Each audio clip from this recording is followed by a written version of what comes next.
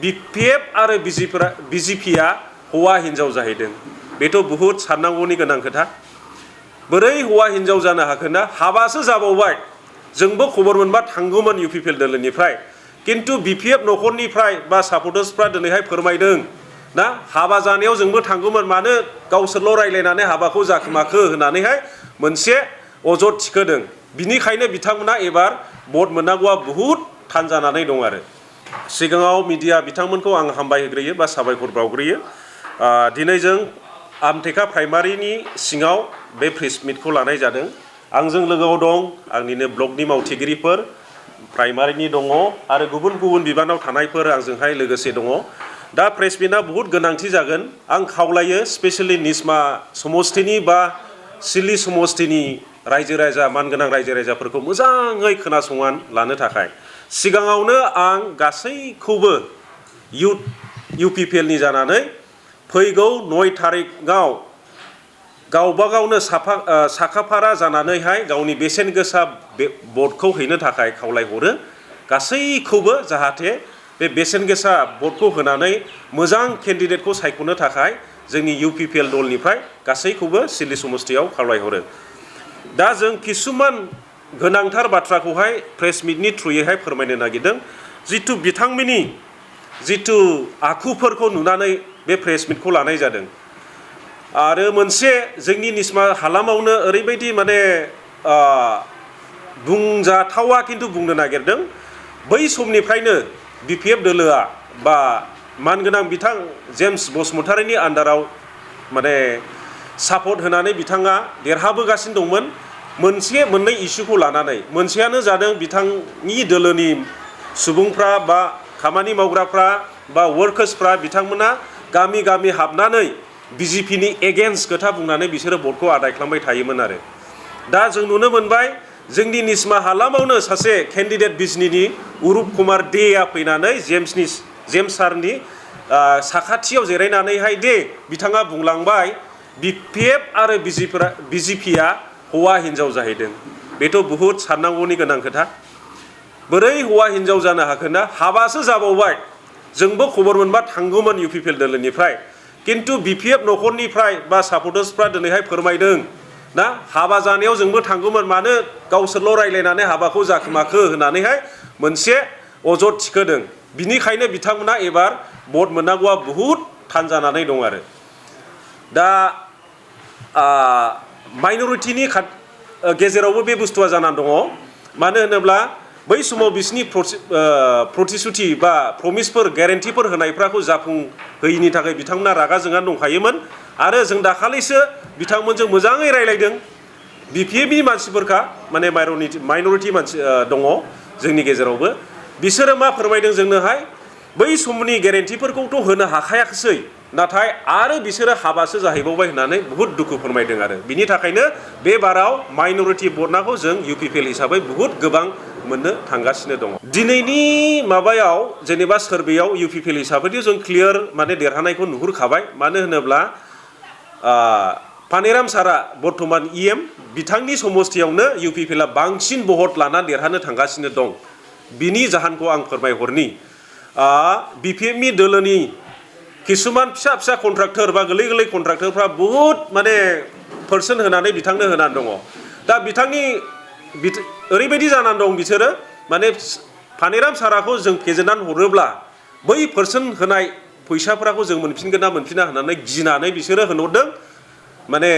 बे एबार जों पानेराम सारखौ फेजेनगोन आरो जोंनि भटनाखौ माने फरेस्ट EMआखौ बिथाङानो लाफिननांगौ होननानै जाहाथे जोंनि फैसाफ्रा लस जाया होननानै फोरमायदों आरोखि बेबायदि सिस्टेमावहाय दङ आरो जों नुयो बिथांनि प्रेजेन्ट जा पाब्लिकफोरजों फैनानै मिटिं खालामफैनायखौ नुनो मोनाखै स्पेशेलि सा ओनसोलाव बुहुत खम बिथाङा जेरैबायदि केम्पेइन खालामनांगौ बिथाङा खालामनो हायाखै बिनि बिलादारफ्रा खालामदों किन्तु एफाग्राब खालामनो हायाखै आरो बिसोरो मा खालामबावदों भटखौ आदाय खालामनो थाखाय बुहुत प्रलोभन बा मोनसे थाखा फैसा रां होनानै भटखौ बायनो नाजागासिनो दं किन्तु हाया बिथांमोना किसुमाना जोंनि UPPL दलनिफ्राय थांदों किन्तु बिथांमोना भटखौ मोननाय नङा आरो बिसोरनिफ्राय बेनि बेलायावनो जोङो नोंथांमोननि नैबे निसिमा हालामनि प्रेसिडेन्सियेल बिथाङा निश्चय बानायगासिनो दं निश्चय बानायगासिनो दं बिथाङा ओरैबायदि माने प्रेसार होजागासिनो दं फानिराम बिथांजोंहाय नों बिथाङा आंखौहाय देरहाहोनो हायाब्ला नों फरेस्टखौ इएमखौ मोननाय नङा होननानै बेबायदि प्रेसारखौ होगासिनो दं बिनि थाखायनो बिसोरो माने सान हर खाथिगासिनो दं नाथाय बिसिनि खाथिनाया माने दैयावनो थांगोन आरो नुनो मोनदों जों ससियेल मिडियायाव जयनिं जागासिनो दं रावबो भटखौ होनाय नङा आरो जोंहाबो सिआइडि दंना जोंहाबो सिआइडि दं जों सिआइडिखौ पार्मानेन्टलि बिपिएफआव दोनना दंखादों माने जों बिसोरखौ सालारि होयो ओमफ्राय बिसोरखौहाय स्किमबो लाहैयो ओमफ्राय बिसोरनिनो खामानि मावो खिन्थु जोंनो रिपर्टखौ होजोबो माने बिथांमोना होगोन ना होआ बिसोरो टटेलि माने जोंनो खबरखौ हरो आरो बेनि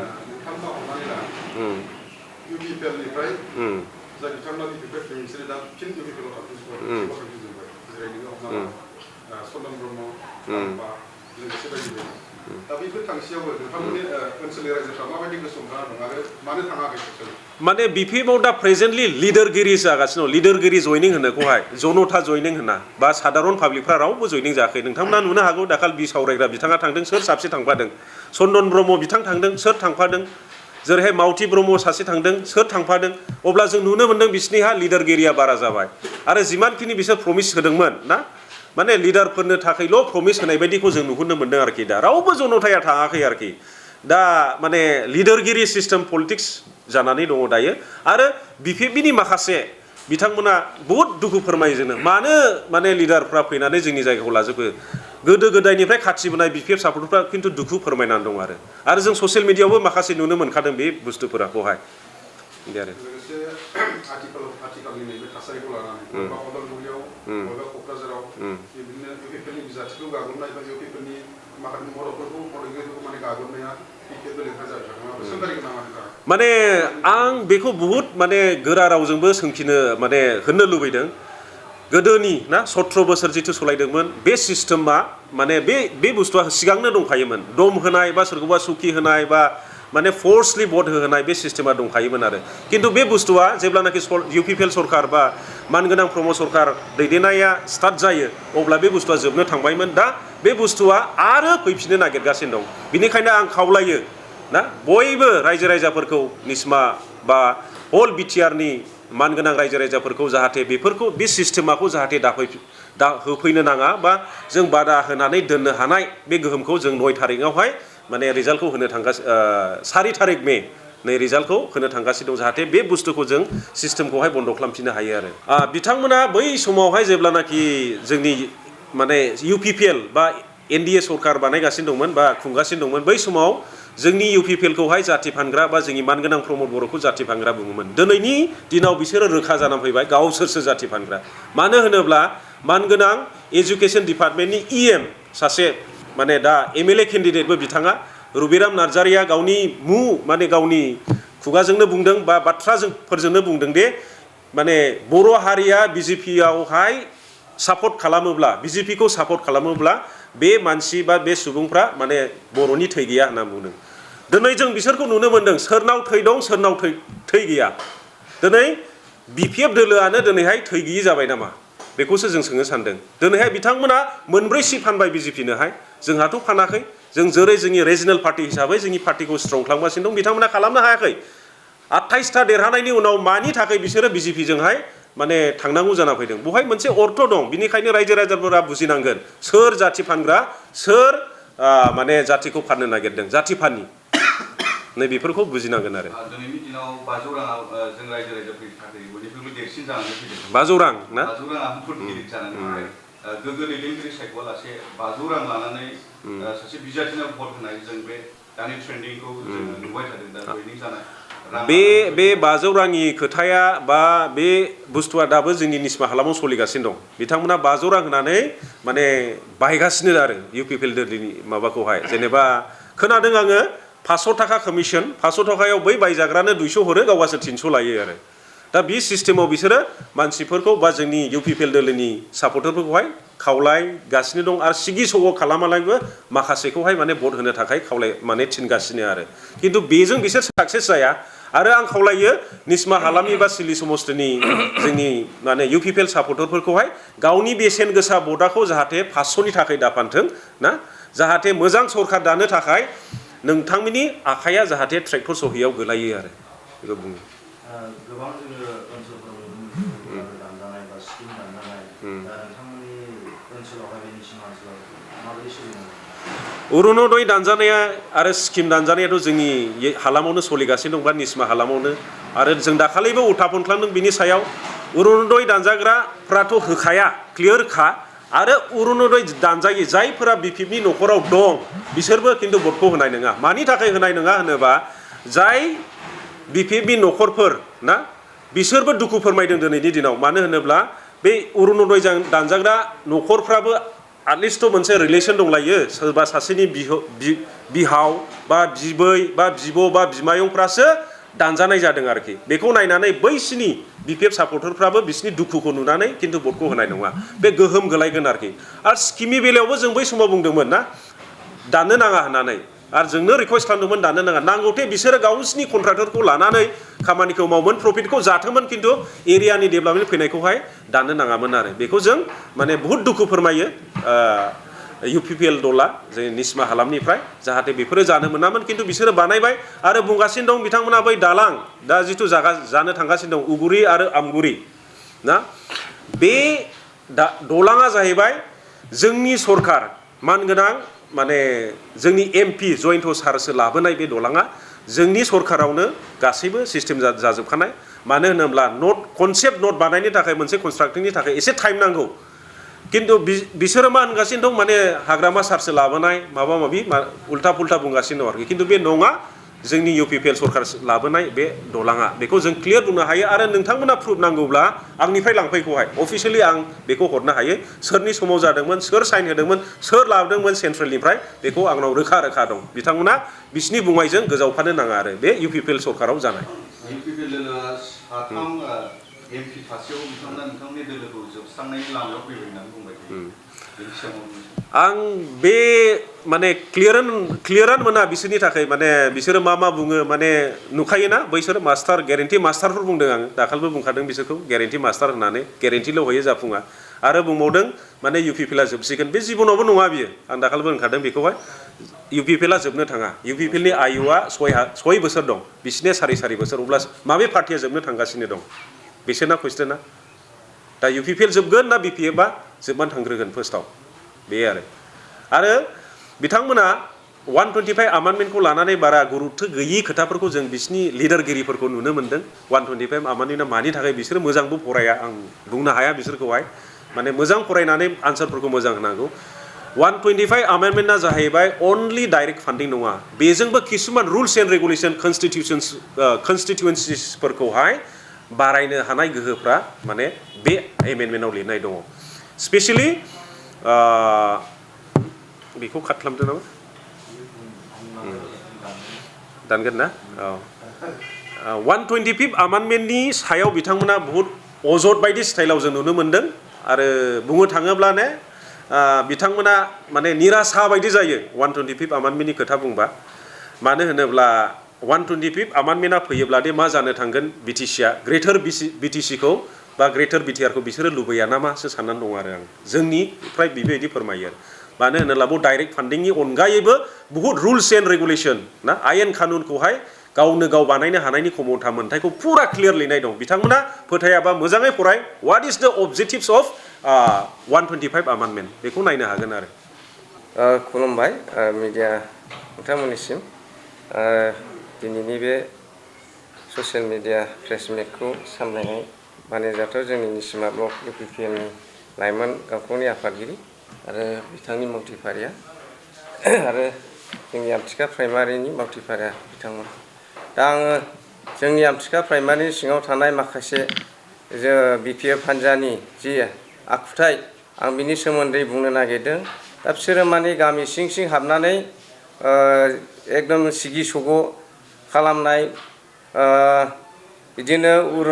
अरुणोदय दाननो होननाय हाउजिं दाननो होननाय बेफोरखौ जों नुनो मोन्दों आरो बेबायदि बुंनानै सिगिनानै जोंनि मानसिफोरखौ लांबाय थानायखौ जों नुनो मोन्दों। दा बेफोरबायदि माबाया एकदम अयनाय आरो मानसिखौ सिगि सग' खालामनानै माबानाया अयनाय मानो होनोबा थांनाय 17 बोसोराव बिसोरो जेबो मावना होनो हायाखै। दा जोंनि इउपिपिएल सरकारा 5 बोसोरावनो ओरैबायदि खामानि मावनो हादों दा बेफोरखौ नुसेयावबो बिसोरो मोनथिसेयावबो आरो जबरदस्ति सिगिनाय मानाय बेफोरखौ खालामबाय थायो आरो आं खावलायनो नागिरदों जोंनि इउपिपिएल हान्जाखौ मोजां मोनग्रा रायजो राजा नोंथांमोनखौ बेफोरबायदि सिगिनायखौ जों गिनो नाङा आरो फावसायनानै थानो नाङा जोङो जइनिं जानो नाङा मानो होनबा जोङो ओरैबायदि खामानि मावदों जाय बोसोराव 17टा बोसोराव माने बिसोरो हाउजिंखौ लुनो हादों मात्र 400 बेसेबांबाखानल' लुनो हादों नाथाय जोङो 600निबो बारा 5 बोसोरावनो लुदों आरो अरुनदयखौ जोङो 700नि बारा होनो हादों PM किसानखौ 800नि बारा होनो हादों जोङो आरो बे MGM रेखा स्किम बेखौ 5 बोसोरावनो जोङो 60टानि बारा होनो हादों थ' बिसोरो बेबायदि होनो हायाखै बोसोरसेयावनो जुदि जोङो 300टा 400टा हाउजिं होनो हादोंब्ला बिथांमोना 17 बोसोरावसो माने हाउजिंखौ 400नि एसे बारा होनो हादों आरो दा बेफोरखौ रुजुना नायोबा जोंनि इउपिपिएल सरकारजों खुनु खाथियावसो थानो समाया आरोखि बेखायनो आं खावलायदों जोंनि रायजो राजाफोरखौ बेफोरबायदिनि माबा सिगिसख' खालामनायाव जोङो गिनो नाङा जोङो जोंनि केन्डिडेट बा बिजाथि फेरेंगा सारा देरहानो थांगासिनो दङ मानो होनबा जोंनि भटार्सआ दाबो थिगैनो दङ सासेबो थाङाखै जिखिनि थांदों बेबो बिसोर भटखौ होआ होनदों मानो जों न' हाबनानै सोंहैफिनजोब्बाय खबर लाफैफिनजोब्बाय माने हाउजिं दानगोन होननायखायसो जोङो माला गाननाय जादों बेफोरबायदि खोथाखौ बुंदों आरो दा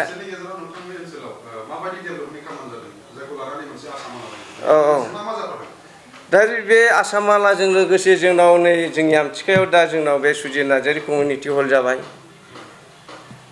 BCDC अफिस जाबाय बिथांमोना दा सरकार सालायनानै जोंनि लुनाय BCDC अफिसावनो सालायदों 15 बोसोराव बिसोरो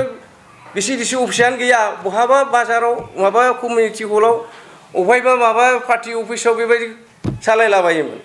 दा जोंनि सरकारा बेखौ लुनाय लोगो लोगो स्थायी मोनसे अफिस जानानै थाबाय BCDCआ बे आरोखि आरो मोनसेया जाहैबाय जेरै बै बक्स कालभारफोर लामा जेराव थांजायामोन बेफोर आरामै थांनो हाबाय मानसि लोमजानाय मानाय बेफोरखौ एम्बुलेन्सफोर हाबनो हायामोन दा हाबनो हाबाय लोगोसे ओरै बाजारफ्राव माने साब सिखोन जा खालामनाय बेफोर सिस्टेमखौ जोंनि सरकाराव खालामबोदों नाथाय बिसोरनि सरकाराव बेफोरबायदि साब सिखोन जेबो केपासिटि गैयामोन ओमफ्राय जेरै बै मा होनो महिलाफोरनो बे दाउ अमा बोरमा गग्रा लुनाय बेफोरखौ जोङो एबार बोसोरसेयावनो बेखौ 68टा जोङो न'खरनो बे माबाखौ लुना होदों थ' जोङो आरो जुदि नेक्स्ट चान्स जुदि 5 बोसोर सालायनो मोनबावोमोनबा बेसेबां बुरजा होनो हागौमोन जोङो दा जोंनाव माखासे स्किम लिस्टआ दंबावोमोन जों बेखौ होनो हास्लाबाखै मानो होनबा जोंनि सरकारा 5 बोसोरब्लाबो 3.5 बोसोरल' मावनो मोनदों 1.5 बोसोरानो कर'नाजों जों जेबो खामानि मावनो मोनाखै जुदि बे 5 बोसोरखौ फुरा मावनो मोननायबा हयथ' जोंनि माबायाव आमथिखा ओनसोलाव जोंनि आमथिखा ओनसोलनि रायजो राजाया गासै बेफोरबायदि सुबिदाखौ मोनजोबनो हागौमोन होननानै आं सानो आरोखि